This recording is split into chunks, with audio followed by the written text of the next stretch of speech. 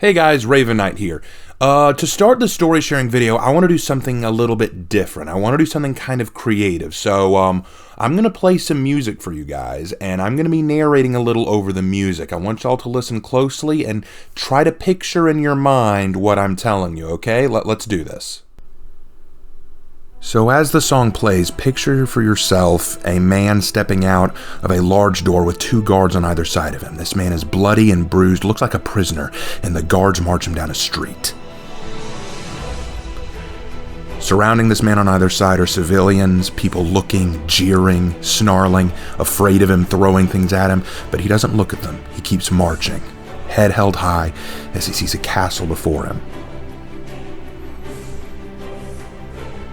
The guards keep egging him on, prodding him to keep walking. This man is shackled. He can't escape.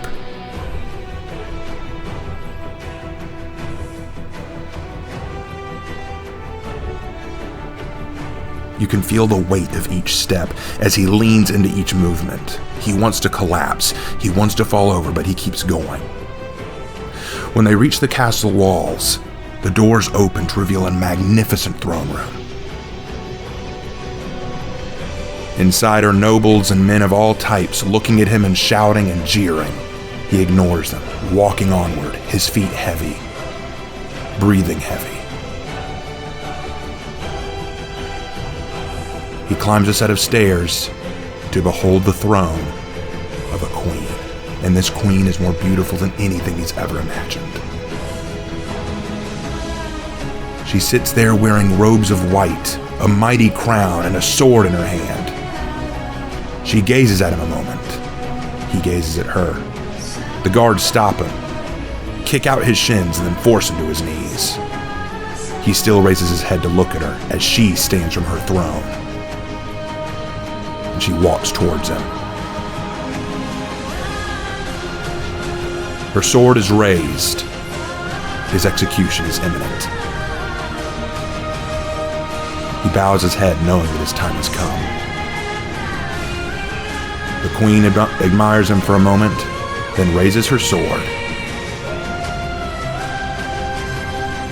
She brings it down. The chains on his hands are cut, not his neck. He looks at his hands in disbelief. The guards are even shocked. She then helps the young man to his feet, stands him up, and puts her own robe on his back, declaring him her ally, her friend, and forgiven of all transgressions. The man looks from her to the people in shock, and then he faints.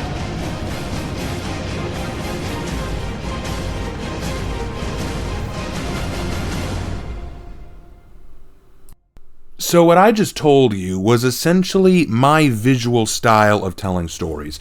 Quite often what I do is when I listen to music or I listen to a good song, more often than not, a visual story is playing in my head. I see something from a story or from something I haven't yet invented play out, and I want to write a story around it.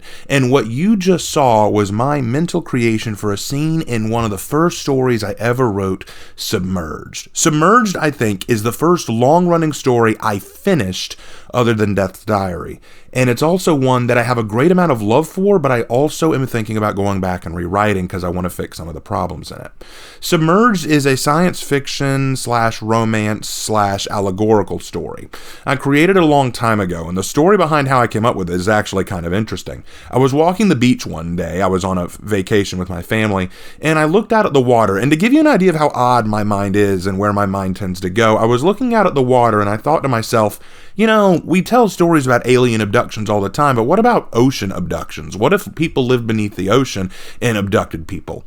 But then that came to mind another thought. What if there was an alien race that was entirely aquatic and they abducted someone? Well, why would they want to do that? What would they do with it, and how would they do it? And thus I said, wait, what if I could write a story about that, about someone who was abducted by ocean-dwelling aliens and they had their own reasons for doing it? And thus I began drafting out Submerged. The story of Submerged is about a young man named Joseph who was at the beach one day when he sees someone drowning and he goes out to save them, only for himself to be dragged underneath the water by something he doesn't recognize. He awakes sometime later later to find himself in a ship that is completely submerged in water. The entire ship is filled with water. It turns out he's being taken to a planet called Osaya. Osaya is an entirely ocean-based world. Granted, Osaya should have been a reference to that, but at this point in time, I was still at the beginning era of college. I wasn't that creative with names yet. The people of Osaya, known as the Osayans, again, not that creative with names, are basically fish people, kind of like what you'd see in One Piece. People who are part fish, part aquatic. They can only live underwater. They have gills and all that, which is one of the reasons they don't trust humans, because humans are their complete opposite. They live on land. They breathe air, and they can't. So it creates a rift between the two. Now, the Osayans are vastly technologically superior, but they are suffering from a problem. They don't tell Joseph what that problem is, but apparently he knows the secret to it, and that should come as a surprise to any of you. It comes as a surprise to him. So the first thing they do is they throw him into a jail cell where they're going to basically try to interrogate it out of him. They keep asking about something called the Kayakshim virus. He knows nothing about it. He knows nothing about Kayakshim, whatever it is. And so they torture him. Day and night, they torture him, they beat him, they lash him. They do whatever they can to try to break him, but nothing's working. And eventually, the queen says that she wants to deal with him personally. So they take him before the queen, which leads to the scene I just described for you. And the queen, instead of executing him, as everyone thought she would, decides to spare him, because she thinks that the best way to get information out of him is to make him feel like a guest, make him feel wanted and appreciated. So what do? Well, they bring him forward to the queen. She basically treats him as a house guest, gives him a good room, gives him clothes. She wants to learn about him, wants him to learn about their area. Like, basically it turns into almost when Ariel from The Little Mermaid was learning about the city with Eric. But along the way, he starts to learn more about the prejudices of the Osayans and how a lot of them, including a certain captain of the guard, really, really hates him. Now, here's where things get interesting. He finds out what the Kayakshim is. It is a kind of fungus that has grown on Osayan, and it develops spores. When the spores are ingested or inhaled, they can infect an Osayan citizen and kill them. But before it kills them, it drives them mad. It's kind of like rabies in that sense. And they have no known cure for it. They've been trying to scourge the galaxy to find some kind of cure for it, and they discover that a similar fungus exists on Earth, but humans are not affected by it. In fact, it's so hard for humans to be affected by it, humans don't even know it exists on Earth. They don't know that it can do this because it doesn't affect them. So they want to find out why humans are immune, and they want Joseph to reveal why. Joseph doesn't have the answers, so they decide to test and experiment on him, and they find out the secret is in his blood. His blood is a natural cure, a natural vaccine against the crappy virus, right? And so they want to try to use his blood to save their people. Of course, there are many in Osaya who do not like this idea because they think anything having to do with humans is dangerous. So this turns into a bit of a drama where Joseph has to try to help these people who at one point captured and imprisoned him, while also figuring out what the queen thinks of him. Because the queen, does she hate him, or does she like him, or does she just see him as a tool? There's a lot there. And I was very much inspired by the actual biblical story of Joseph as outlined in the book of Genesis.